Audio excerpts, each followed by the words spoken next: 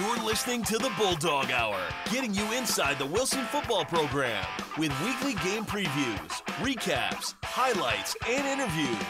Now, here are your hosts, Joe Mays and Justin Raffoff.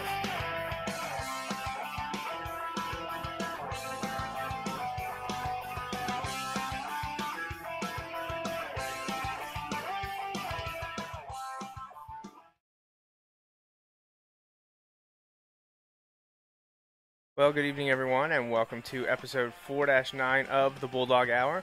I am your one and only host this evening, Joe Mays, coming from you live from Thinking Spring, Pennsylvania, part of the home of the Bulldogs.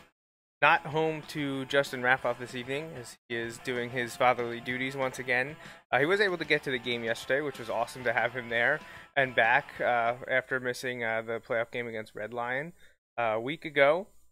So, the Bulldog Hour crew was back in action yesterday, Saturday, at Severance Field in Harrisburg for Wilson's 12th game of the year, the playoff game against the Harrisburg Cougars, who were number one in the district power ratings, had the number one seed in the playoffs, and looked the part for most of the game.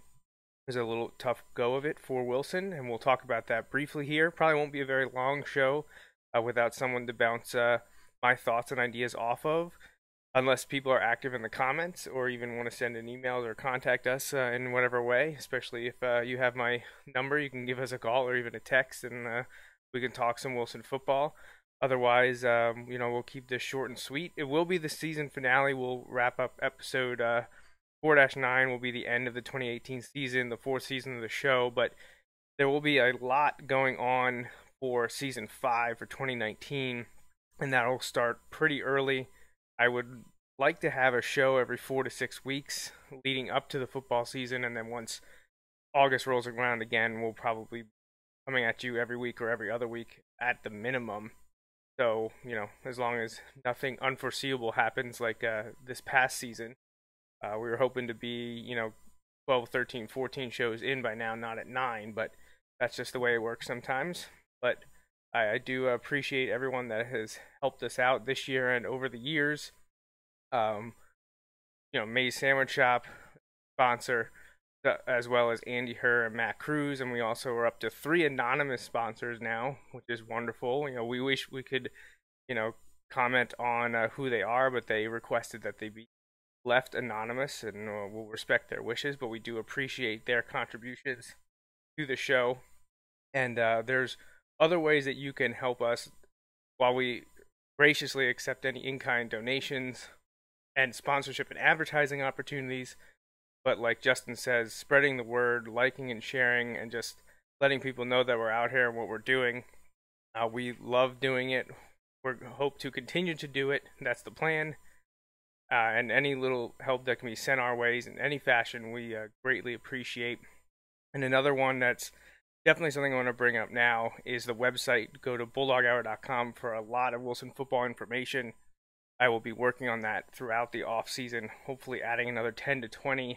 I love to get a decade or two done of the season recaps. If you don't know what I'm talking about, if you go to bulldoghour.com and look under the Wilson football history, you'll be able to see season by season recaps.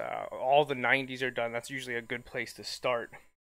That's always my jumping off point because those are the teams that I grew up watching. So it's nice to reminisce about them. Let's see if I can pull this up and just show you what I'm talking about. If you guys have no idea what I'm talking about, this will give you a better idea. So let me pull that up here for you. Alright, so there's bulldoghour.com. Hopefully you're familiar with it. We put a lot up there. So if you go to Bulldogs history here, you can see a couple options. And the ones that I'm talking about here, you can look at the different seasons. But if you see the 90s, they're all done. Actually, I guess technically the 40s are all done too. So if you're interested at how the beginning of the Wilson football program started, when they weren't even the Bulldogs, you can head over to the 40 section, but the 90 section here you can see 90 through 99 is all here. And the most famous season from the 90s probably was that 1999 season. and you can see that it has information, statistics, team captains, the banners since they won both section, league, and the district championship, the week-by-week results, and then every news article that I could find from the Reading Eagle, just to recap the entire season. So if you ever want to relive anything like that, there are a number of seasons available, and actually there are a few that I don't even have, such as the Wilson-Lebanon recap from week 4. That Reading Eagle version or paper was not available online in any fashion. So if anyone has that, I would love to get my hands on that. But you can see it goes across the entire season, which was a long, long season because of how strong the team was and how good they were. And here, week 13 is the end, and then you can actually see the playoff brackets, both district and state, and if there was anything after the season, I try to include that as well. Here you can see Allberg's Coaches of the Year and things like that. So yeah, it's something that I'm enjoying doing. It does take a very long time. It's a lot of work, but it's something I've always wanted to have access to, and I figured I would attempt to do so. So you can see the 40s are all done, and with pictures, captains, week-by-week results, and even some of them will have the game footage that I have acquired over the last year. Now, the early season games, unfortunately, the 45 papers weren't available as well. So I might have to hit up a library to try to track those down. But there's a lot of info on BulldogHour.com. For those of you that may not be aware of it, you can definitely learn a lot by going there, especially that early stuff that a lot of people probably don't know much about Wilson football history. But here's a good example. The 1946 season, I think every article from every game is there. We're talking over 70 years ago, as Wilson just completed their 74th season in 2018. That was a bye, so another bye. So yeah, it does look like every article is there from 1946. So that's cool. I hope to add another 10 to 20 years on there. There's plenty to do, and I'll probably focus on the 2000s and then probably the 80s. Try to get like a nice 30-year period here done. That's the goal. So other things you can do on here, we do have the merchandise store, which I bring up mostly because that's where we sell the game film and the game used jerseys. You can also pay your Tradition Club fees. You can make donations to the program also, or to the show. Sometimes we have shirts up here. So you definitely want to check out the merchandise store on BulldogHour.com as well. So I think that's it about the website, though. Enough of me rambling on about that. But it is a cool place to go if you're into Wilson football history or you want to stay up to date with that. Speaking of the fundraisers, remember we are still offering the game film fundraisers both on DVD or USB digital drives. Can check that out. All that information is on the website. And the other fundraiser that I mentioned was the game used jersey sales. So you'll definitely want to check those out as well. Hopefully getting another set of red home jerseys that were used through, I believe, the 2013 season. Hopefully getting those this spring. So that would be a lot of fun. So, all right, let's talk about the Harrisburg game. So this past Saturday, yesterday, November 10th, the Bulldogs traveled to Severance Field at John Harris High School in Harrisburg to take on the number 1 seeded Harrisburg Cougars. And, it didn't exactly go the way that I think we as fans or the players or coaches wanted, but it definitely wasn't unexpected, knowing that you were going in against a team that was ranked number 1 in the district and had a solid season to date, only losing in week 1 against Coatesville. Coatesville is, I would probably say, the favorite to win the state championship at this point. They are a very, very strong team and have just been demolishing people through the regular season and in the playoffs. But Harrisburg wasn't that much different other than the loss to Coatesville. Their only real test during the regular season was to Central Dauphin, where they beat the Rams 20-5. Because Harrisburg vanquished Wilson, they'll get to play Central Dauphin again in the district championship. Central Dauphin beat up on Manheim Township in their district semifinal game. I believe it was 27-0. So a mid-pen battle for the District 3 6A championship will take place next either Friday or Saturday. I think District 3 was still trying to figure out where they're playing because, well, what happened while we were on our little flood break was District 3 announced that they would not be holding their district championship games at Hershey Park. Some people are excited about this, others not so much. You can count me in the latter category, as I think it's a huge mistake. You can pin the blame on District 3 or on Hershey Park, or, a little bit on both, whatever you want to do. I think despite the shortcomings that Hershey presented, it still was, a destination that teams rallied around. So it's really disappointing that the district championship games are not being played there.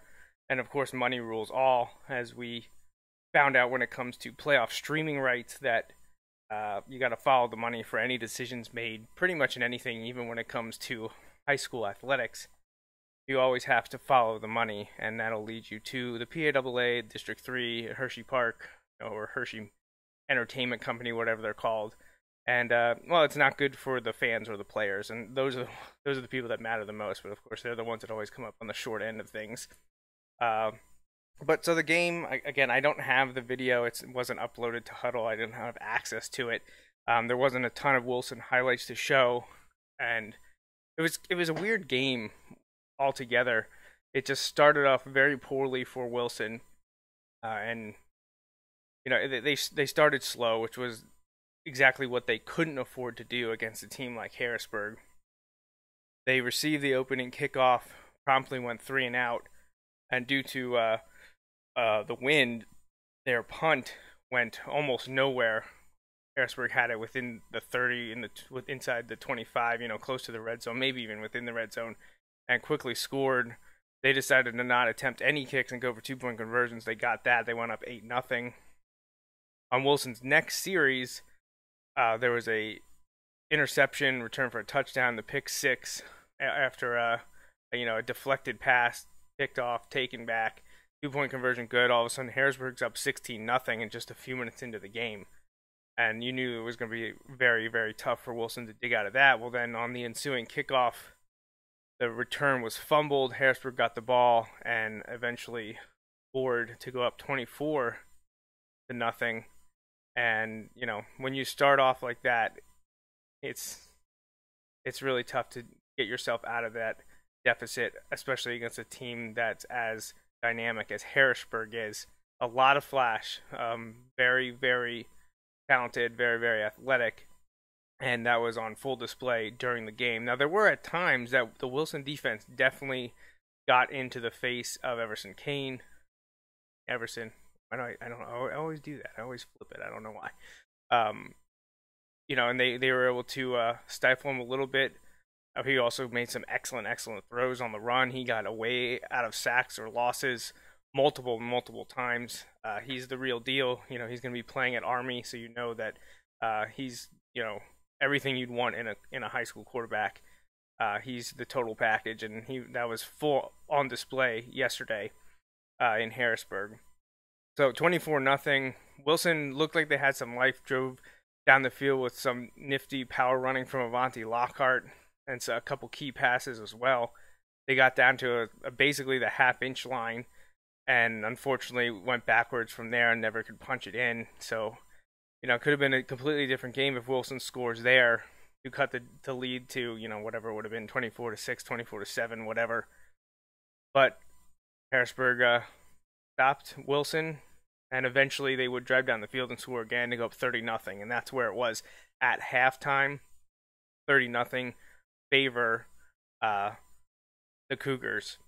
Now, Wilson came out in the second half, hoping to get some momentum. They didn't get it quite immediately as they probably hoped, but they did eventually score to get it to 30-6. Unfortunately, Harrisburg would score again to get it 36-6, and that was actually after Wilson recovered an onside kick. But I believe the next play was an interception for the Cougars. So Wilson wasn't able to capitalize on that onside recovery. Harrisburg went up 36-6. Wilson did score late in the fourth quarter to make it 36-12. Harrisburg did try to keep scoring, score again, and they kept their starters in. I'm not complaining about them attempting to run up the score or anything like that. What they were doing doesn't bother me, but from a coaching standpoint, I was just surprised they kept some of those guys in with the game well in hand. Just fearful that what would happen if one of them would get hurt. When you're up 24 points with a few minutes to play, it's just a surprise to see some of your go-to guys, and they had a lot of them. A couple of good running back and receivers, the quarterback, and then a few defensive studs, and they all seemed to stay in there most of the game when it was completely out of reach. So a little bit of surprise there, but Wilson was able to keep them out of the end zone to keep it the 36-12 score. That was the final. The most disappointing thing, other than the loss, is seeing the seniors so disappointed for their high school career to come to an end. It's tough to see those guys getting emotional, especially ones that I've known for a long time, having coached, about half the seniors at West 4 years ago. A lot of them I've known since then or even before then. So knowing that they won't be wearing the Wilson jersey and Bulldog helmet anymore is a tough one for them to swallow. So, we thank all those seniors for their commitment over the last few years and wish them well in the future. And I'll have more stuff posted on the Wilson Football Facebook page and on Bulldog Hour in celebration of the senior class and their final season as Wilson football players. But we do want to mention those guys because they fought till the end, and they could have easily just stopped immediately yesterday when they went down 24-0. That could have been very easily become a huge blowout where you're talking in the 50s or 60s, but the guys keep playing, and that shows a lot of character from them.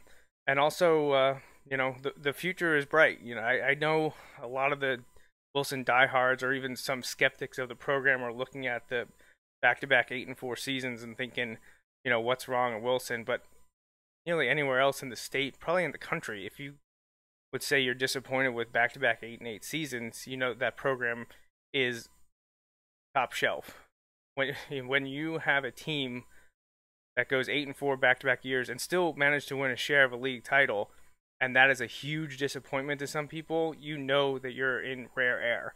And that's where Wilson is. You look at the last 13 seasons, and for 8-4 to be the worst that you've done, well, that just tells you what kind of program Wilson has evolved into, and has been doing so for the better part of half a century. We're talking now over 50 years, and it just keeps getting better. So there's going to be hiccups along the way, but again, if those hiccups are 8-4s and sharing a league title, there's many teams that would take that.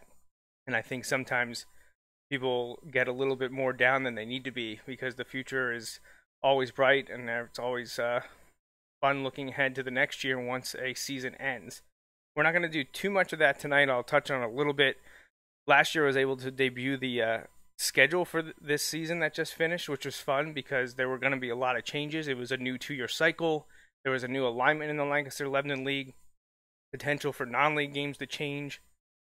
We also had the announcement of the Gridiron Classic, which came just after the season finale of the Bulldog Hour last year, but I had been alluding to it for the last month. This year, though, not a lot to talk about when it comes to the 2019 schedule, because, well, it's the second part of a 2-year cycle. So essentially all you're going to take is the home games, make them away, and the away games, make them home. There's a chance for there to be a minor shakeup due to some behind the scenes roster complications, but until I get official word of that, if it even happens, we're not going to talk about it. So just know that Wilson will start the 2019 season at home at Gursky against Central Dauphin, who could very well be the defending District 3 champions. That'll kick off the 2019 season. I believe that'll be August 23rd.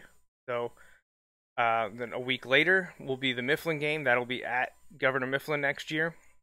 Then week 3, scheduled to be at Springford before finishing off the 9-league schedule. Week 4 against Mannheim Central. So the first 2 Wilson home games in 2019 are Central Dauphin, and Mannheim Central. Now, if that doesn't get the crowds, I'm not really sure what will. The only thing that would make a better Gursky Stadium schedule is if it was the Mifflin game was at home as well. So if you want to see an incredible Wilson home schedule, next year's the year to do it. Central Dauphin and Mannheim Central are the first two. Then, as league play opens, we'll go to Penn Manor in Week 5, which will be the opening of Lancaster-Lebanon League Section 1 play. Then we will have Mannheim Township at home. We'll follow that by a trip to Hempfield, but then Warwick at home. So your first 4 home games are Central Dauphin, Mannheim Central, Mannheim Township, and Warwick. And after 2018, I think you'll probably say, oh wait, 3 of those 4 games were losses this year, and now we get those guys at home. So the schedule sets up pretty well for Wilson. After the Warwick game, we will go to Cedar Crest before finishing up the season hosting McCaskey. So, again, very strong home schedule for Wilson next year. The road games, hopefully not as difficult, but like we mentioned, Cedar Crest are a bunch of gamers. Now they are losing Horn at quarterback. Again, Penn Manor was very, very young this year. They're returning a ton of talent. We got to go to Millersville for the first time in a few years next year. Also, have to go to Hempfield. That can be a tough place for Wilson to play, at least historically speaking. But the home schedule looks really, really strong. And then talking about the players coming back, well, the one that I've been talking about mostly with the current players, coaches, and with Justin here on the show is the defense. When Nick Johnson went down with injury, with the way things played out with the rotation and who came in and where, who played when, the defense, for the majority of the time, the way you can look at it was that 8 of the 11 starters are underclassmen. Now, the biggest losses are going to be Greg Smith, inside linebacker, and then the cornerbacks, Isaiah Gilmore. And Connor Cook didn't play most of the year until the last 2 weeks. But he was going to be a big contributor this year that they didn't get to utilize for the majority of the season, but he will be graduating and moving on. But then the other senior starter that they're losing is outside linebacker Cam Magalotti. So 3 spots that have to be replaced. Odds are they're going to be done probably with some guys that saw the field a lot this year. Probably biggest question marks for me right now is what's going to happen at inside linebacker.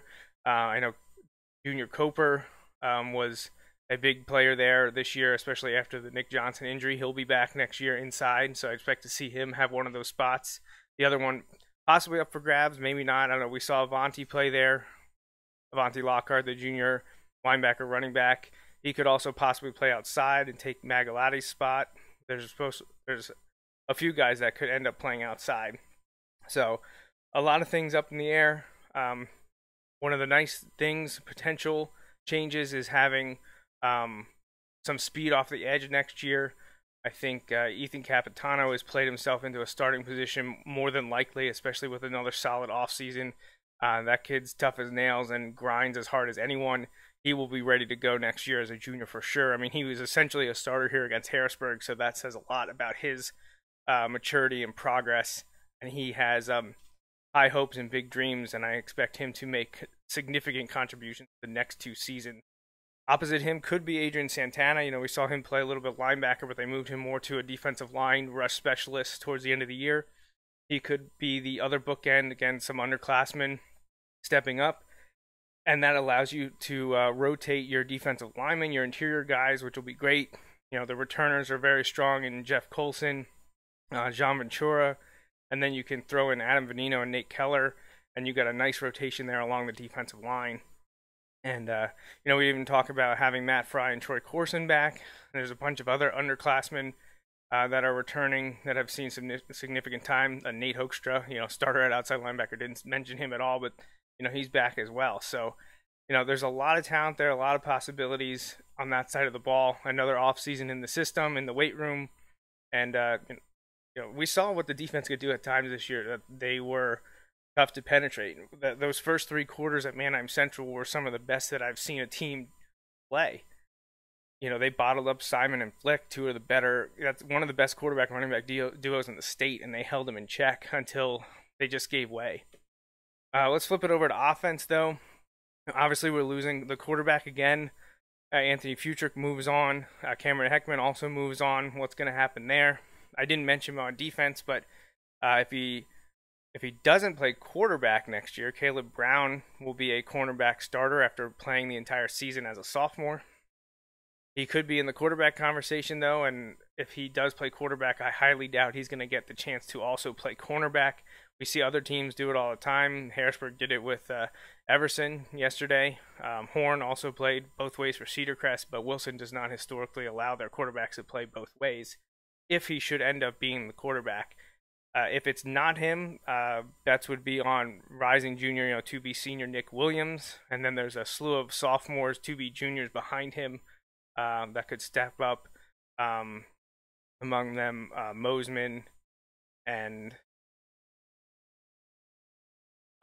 Powers. Wow, I just couldn't think of the names off the top of my head, but those are the two possibilities there as well. The team went without a tight end most of the year once Nick Johnson went down, so it's tough to say who will step up there. But they do have some size in Stephen Crump at the position, so we could see him take over that role as the tight end. Linemen, I mentioned a few that'll be back on defense, while they also play on offense, and that's Keller, Benino, and Coper. We've seen John Ventura have time there as well, so there's a chance that they can slide out one of those guys to tackle to replace the departing Mike Klein and Ryan Silvius. Those are the two offensive line spots that have to be fixed this year again.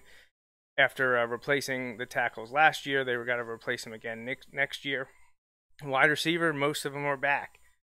Matt Fry, Troy Corson, Brady Gibble, who had an incredible year, really burst on the scene. You could see that over the summer if you were paying attention during 7-on-7s and camp and preseason work. That wasn't that much of a surprise to people that were there over the summer, but I definitely think it caught the media members by surprise for sure. All back. So a lot of talent at wide receiver. Now we do lose Elijah Morales, who had a stellar year at running back. He was the prototypical senior who just waits his turn, and then when he comes on the scene, he really explodes. And 1,000+ yard rushing season, multi-touchdown games, did way more than I think plenty of people expected. Avante Lockhart will be back in that power running game that worked at times against Harrisburg yesterday. So that is a strong point of contention for the possibility of a offensive renaissance next year. Also coming back will be AJ Futrich, and I think the possibility of seeing Mason Leonard is pretty high. So, a lot of guys back. 2019 shaping up to be another solid year. I wouldn't expect anything to go backwards. So I think Wilson is set up for the future, both in 2019 and 2020 as well. We're not going to go any farther than that because there's so much that can change in 1 year, let alone 2 years. But 2019 and 2020 definitely should be solid years for Wilson. If a few things fall the right way, they can stay healthy, which has been a difficult thing for them the last 2 years. You never know what can happen. Definitely a lot of talent there. At this moment, obviously, it's too early to talk about the coaching staff. I don't expect there to be any changes, but I said the same thing last year, and Coach Brubaker retired. And Coach Lorchak came in to replace him. So whenever I find out about that, I will pass that along. We'll have the banquet in about a month to give the seniors their jackets, which is always a fun and emotional time. I'll be taking pictures and posting them on the page. You can stay up to date on that. Congratulations to the team elected captains, which I believe Coach Doms mentioned yesterday were Isaiah Gilmore, Nick Johnson, and Mike Klein. So congratulations to those for representing the 2018 team in the Wilson football program history. I think just a couple more things before I go. I haven't been checking comments if anyone has jumped in here recently. Let's see if I can pull anything up.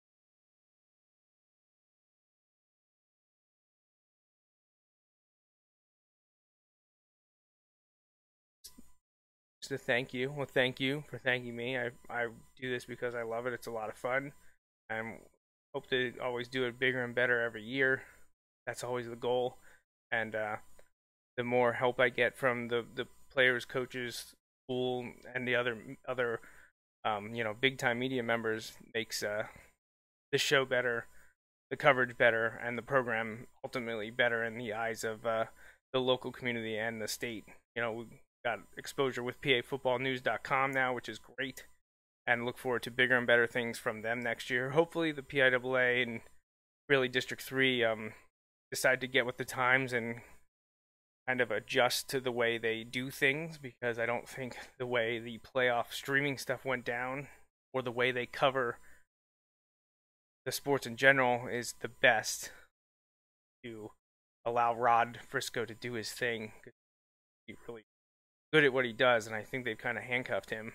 So they need to let him go and allow the teams to kind of do their thing while they get compensated for not really having to do all that much in terms of the streaming. Last two things before we go. Happy Veterans Day. Thank you to all the veterans, past, present, future, anyone that has helped our country serve in the military. Everything's appreciated. I know I didn't get to post anything on the pages or social media today, but definitely wanted to thank everyone that is a veteran and has served our country over the many, many decades now here. I guess it originated as Armistice Day, and it's 100 years since the end of World War I. I know a lot of people don't always know where these holidays come from, but Armistice Day was celebrated for the first time in 1919, I believe, 1 year after the end of the war, and it became a national holiday, I think in like it was changed to Veterans Day before. But yes, thank you to all the veterans out there. And also, if you haven't noticed the posts on social media from me on the various Wilson accounts, hopefully you have seen it from the other schools and other sports communities. But Anthony Myers, a sophomore player for Berks Catholic, diagnosed with a stage 3 brain tumor, and they have started a team17strong.com, a website that you can go to learn more about Anthony and his battle, and also support him through a GoFundMe or a store. And you can see I'm wearing the shirt from Anthony's campaign. The 17 Strong is there, a rallying cry, and I noticed that they have gotten a few Philadelphia sports personalities on board, JJ Redick, and it was one of the Eagles wide receivers, and now I can't remember off the top of my head. I think it was Alshon Jeffrey. So they also have a fundraiser coming up for him next Saturday at the Neat Planetarium at the Reading Museum. So, keep Anthony in your thoughts and prayers, and support him in any way you can. I know Wilson and Berks Catholic don't historically, always see eye to eye for various things, especially when it comes to the fans. I'm not sure it exists so much as the players and coaches as it does the fans. As you can see last week, a bunch of Wilson players went to see the Berks Catholic game, Abdul, if you are not paying attention to that. But, all of that gets set aside when it comes to something outside of football, especially something like this. So check out team17strong.com and support Anthony and his battle, and also support him and Berks Catholic as they continue on in the playoffs. Also, Conrad Weiser moving on in the playoffs last night with an overtime victory. They get to take on Bishop McDevitt as well. And hey, they beat Bishop McDevitt. There's a good chance they and Berks Catholic could play for the District 3 4A title, which would be awesome for Berks County football. It's always nice to support the home team, even without Wilson technically in the Berks League. We're still Berks County, and we always want to see Berks County football succeed. So definitely be cheering for Berks County and Conrad Weiser here as their seasons continue next week. But I think that's pretty much it for me. I rambled on enough. Again, a lot of the Bulldog Hour stuff will be back and better than ever in 2019. Hopefully January or February we'll have a show. I also want to start the My Wilson Football Story aspect of the podcast. That'll be made available. I want to interview past coaches, players, and other people important to the program, and just kind of release how they got involved with Wilson football, and what their experience was in the years that they've done so. Some of obviously the people I want to talk to are still with the program, but others have moved on but are still big names when it comes to Wilson football. So I'll be reaching out to them to see if they'll sit down with me and talk for half an hour about their Wilson football experience. You can check that out at mywilsonfootballstory.com. And the last thing, at this time, like I said, 2019 is going to be huge. 75th season of the program. I know Mike Drago and the Red and Eagle are definitely going to be covering that pretty strongly. The Warwick home game in the second week in October, the second Friday, I think it's the 11th, will be the Tradition Club's team reunion event. And we're going to be welcoming back, I think it's 6 teams celebrating big anniversaries. 1969, 1979, 1989, 1999, and 2009 are all banner teams for the Bulldogs, and we'll be extending invitations to them over the summer to invite them back for the 75th season celebration.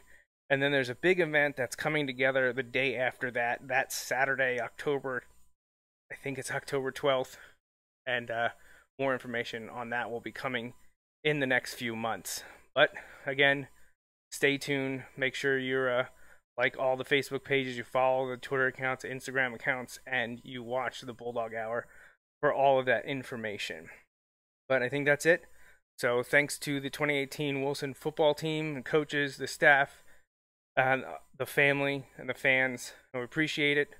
We'll be back in a few months to start the 2019 season off with a bang. So until next time, for Justin Raffoff, I'm Joe Mays, and the entire Wilson football program, don't forget, go Bulldogs. Thanks for listening to this week's episode of the Bulldog Hour. Want more Wilson football? Follow the show on Facebook, Twitter, and Instagram. Subscribe to the podcast on iTunes and SoundCloud, or visit www.bulldoghour.com. The Bulldog Hour is a featured program on jmnjrradio.com.